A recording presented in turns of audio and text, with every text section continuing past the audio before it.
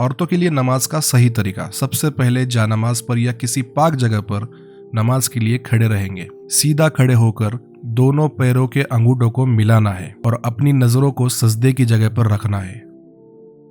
दोनों हाथों को दुपट्टे के अंदर से कंधों तक उठाना है। याद रखें, औरतें अपने हाथों को बाजुओं यानी अपनी खुद की बॉडी से मिलाकर रखेगी। साथ में अपनी दोनों हाथों की उंगलियों को भी मिलाकर रखना है, इस तरह जैसे आपको वीडियो में दिखाई दे रहा है। हथेली का रुख किबले की तरफ होना जरूरी है।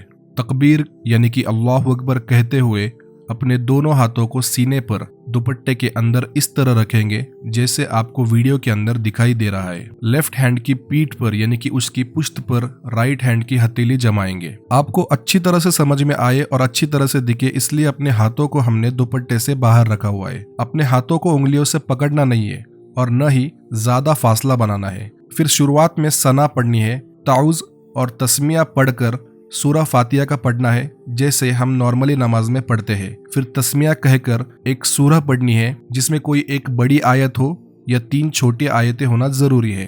फिर इतना होने के बाद दोनों हाथों को धीरे से नीचे छोड़कर तकबीर यानी अल्लाहु अकबर कहते हुए रुकू में झुक जाएंगे, जिस तरह से आपको वीडियो में दिखाई दे रहा है। याद रहे कि जब रुकू में झुका जाए तो हाथों से घुटनों को ना पकड़े, बस घुटनों के ऊपर के हिस्से पर हाथ रखा जाए। दोनों कोहनियां रान की हड्डी से मिली हुई होनी चाहिए। इस तरह झुके कि आपकी पीठ पर अगर कोई चीज रख दी जाए तो वो फिसलकर नीचे गिर जाए। रुकू में कम से कम 3 मरतबा सुबहान रब्बियल अज़ीम कहना है। रुकू की हालत में अपनी नजरों को दोनों पैरों की अंगूठों पर रखना है। याद रखे, रुकू को एकदम इत्मीनान से करना है। रुकू से उठते समय समी अल्लाहु लिमन हमिदा कहते हुए उठे और खड़े होकर रब्बना लकल हम्द पढ़े और उठकर इत्मीनान के साथ खड़ा हो जाए। रुकू से उठकर सीधा खड़े होने को कौमा कहते हैं। अगर ये वाजिब छूट जाए तो सजदा सौ अदा करना होगा। नमाज में इस चीज का खास ध्यान रखें। अल्लाहु अकबर यानी तकबीर कहते हुए सजदे में जाए। सजदे में जाने का तरीका यह है कि सबसे पहले अपने दोनों घुटने जमीन पर रखेंगे। फिर दोनों हाथों की हथेलियां जमीन पर रखने के बाद पैरों को सीधे जानिब से बाहर मोड़ देंगे, जिस तरह से आपको वीडियो में दिखाई दे रहा है। दोनों पैरों की उंगलियां किबला रुख होना जरूरी है। फिर दोनों कोहनियां जमीन पर रखनी है। सबसे पहले जमीन पर नाक रखेंगे, उसके बाद पेशानी को जमीन पर टिकाना है और अपनी नजरों को अपनी नाक पर रखना है। दोनों हाथों को अपने कानों के लेवल में जमीन पर रखेंगे और बाजुओं को अपनी बॉडी से चिपका कर रखेंगे। याद रखना, इतना सिकुड़कर सजदा करना है कि पेट अपनी रानों से चिपक जाए और सजदे में सुबहान रब्बियल आला पढ़ना है। सजदे से उठने के लिए अल्लाहु अकबर यानी तकबीर कहते हुए सबसे पहले पेशानी फिर नाक उठाएंगे। उसके बाद दोनों हाथों को उठाकर अपनी रान पर रखेंगे और इत्मीनान से बैठेंगे। इतनी मिकदार में बैठना है कि एक बार सांस लेकर छोड़ दिया जाए। इस हालत को जलसा कहते हैं। इसके बाद इसी तरह से दूसरा सजदा भी अदा करना है। जब दूसरी रकात के लिए सजदे से उठेंगे तो दोनों हाथों को पहले उठाकर रान पर रखना है, उसके बाद घुटने को जमीन से उठाना है, उसके बाद खुद उठकर खड़े हो जाना है जैसे हम पहले कयाम में खड़े हुए थे, और इसी तरह से दूसरी रकात अदा करनी है। जब दोनों रकातें अदा हो जाए और अत्तहियात यानी तशहुद के लिए कायदे की हालत में बैठेंगे जैसे हम सजदे से उठकर जलसे में बैठते हैं वैसे ही। आप यहाँ वीडियो में देख सकते हैं, लेफ्ट रान पर राइट रान आनी चाहिए, इस तरह से बैठा जाए। दोनों हाथों को रानों पर रखना है। हाथों की उंगलियां मिलाकर किबले की तरफ रखेंगे।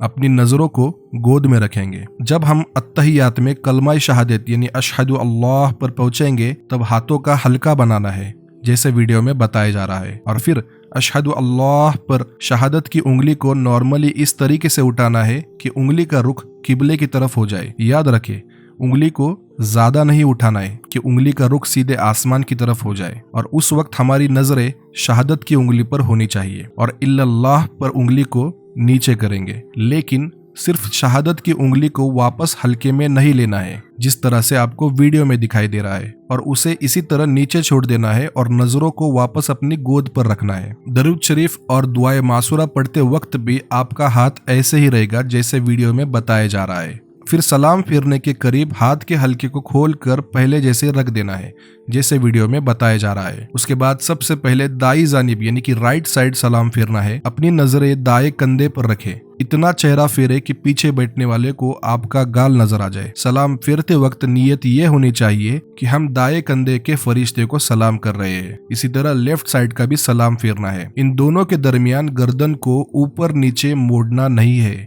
सजदा सौ का तरीका। सजदा सौ करने के लिए जिस नमाज का कोई वाजिब छूट जाए, उस नमाज की आखिरी रकात में अत्तहियात के बाद दाई तरफ का एक सलाम फेरना है, बिल्कुल उसी तरह जैसे हम नमाज के खत्म में सलाम फेरते हैं। वही नियत और उसी तरीके के साथ, लेकिन इसमें हम लेफ्ट वाला सलाम नहीं करेंगे। एक सलाम के बाद हम सीधा सजदे में जाएंगे और इसी तरह 2 सजदे अदा करेंगे। फिर उठने के बाद फिर से अत्तहियात, दरूद और दुआए मासूरा पढ़कर दोनों सलाम फेरेंगे, जैसे हम नॉर्मली नमाज के आखिर में दोनों सलाम फेरते हैं। कई लोगों का ये भी सवाल था कि वितर में दुआए कुनुत कब पढ़ी जाए। तीसरी रकात में सूरा फातिहा पढ़े और कोई सूरा पढ़ी जाए। उसके बाद दुपट्टे के अंदर से ही तकबीर यानी अल्लाहु अकबर कहते हुए दोनों हाथों को कंधे तक उठाना है और वापस सीने पर बांधना है, जैसे हम नमाज की पहली रकात बांधते समय करते हैं। और वही तरीका अभी वीडियो में आप देख सकते हैं। और हाथों को बांधने के बाद दुआए कुनुत का पढ़ना है। दुआए कुनुत के खत्म के बाद रुकू, सजदा, कायदा और सलाम फेर कर नमाज को पूरी करेंगे, जैसे हम नॉर्मली नमाज को पूरी करते हैं। काफी लोगों का ये भी सवाल था कि तिलावत का सजदा कैसे अदा करेंगे। जब कुरान में किसी सजदे वाली आयत पर पहुंचे तो आप पर सजदा वाजिब हो जाता है। उसके लिए नमाज के लिए जिस तरह से खड़े हो जाते हैं उसी तरह से खड़े हो जाना है और तकबीर यानी कि अल्लाहु अकबर कहते हुए सीधे सजदे में जाना है बिना रुकू के, और एक सजदा अदा करना है। इसी तरह से आप एक साथ पूरे 14 सजदे भी अदा कर सकते हैं।